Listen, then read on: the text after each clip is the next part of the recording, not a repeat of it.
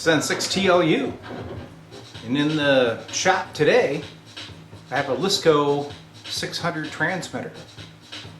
This transmitter is pretty rare. Runs an 807 for the final output tube. Back in the 1950s it actually sold for about 190 bucks, which doesn't sound like much now, but back then that was a lot of money. This thing's really cool.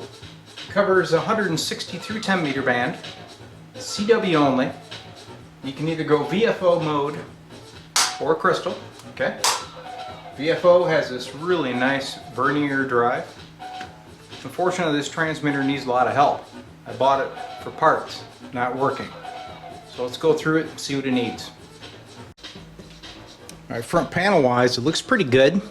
The only mod that I see is somebody took out the fuse and put in this nifty accessory switch. I'm assuming that's a VFO spotting control. Cosmetics look good, very little corrosion. Switches all operate freely. So let's take a look around the back and then we'll look at the bottom side. So back side, it does have the original power transformer and choke, which is nice. It's got these old oil-filled caps which are going to go. Somebody's pulled the rectifier tube. I'm assuming it's been diode modified. Okay. And another thing that's kind of interesting about the 600 is it has a built-in TVI filter, which is cool, but most guys run them externally anyway. Alright, so here we are, bottom side. Now there's supposed to be a shield that goes across where the 807 final is. I've already removed that. There's the 807. There's the band select switch, which operates, and I do not see any arcing, which is nice. Somebody added some lovely filter caps, which I'm going to pull out. There's some resistors here that definitely look like they've overheated. There's that mystery added switch. Other than that, it looks pretty good. Next here, I'll bring her up on the Variac and see if we get any smoke coming out of her. So yes, as I expected, there are diodes installed on the bottom side of the tube socket where the rectifier tube used to be. Got the transmitter hooked up to a Variac. Let me just bring her up nice and slow here. You can see my high voltage is coming up.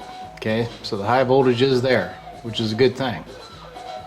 My next task was see if the filament circuits are alive. Alright, they had a little nifty jumper wire on the back of the transmitter which isolates the high voltage, which is good. So I killed the high voltage to the 807 and I'm bringing up the filaments right now. You can see the filament lighting right up there. So that circuit's good.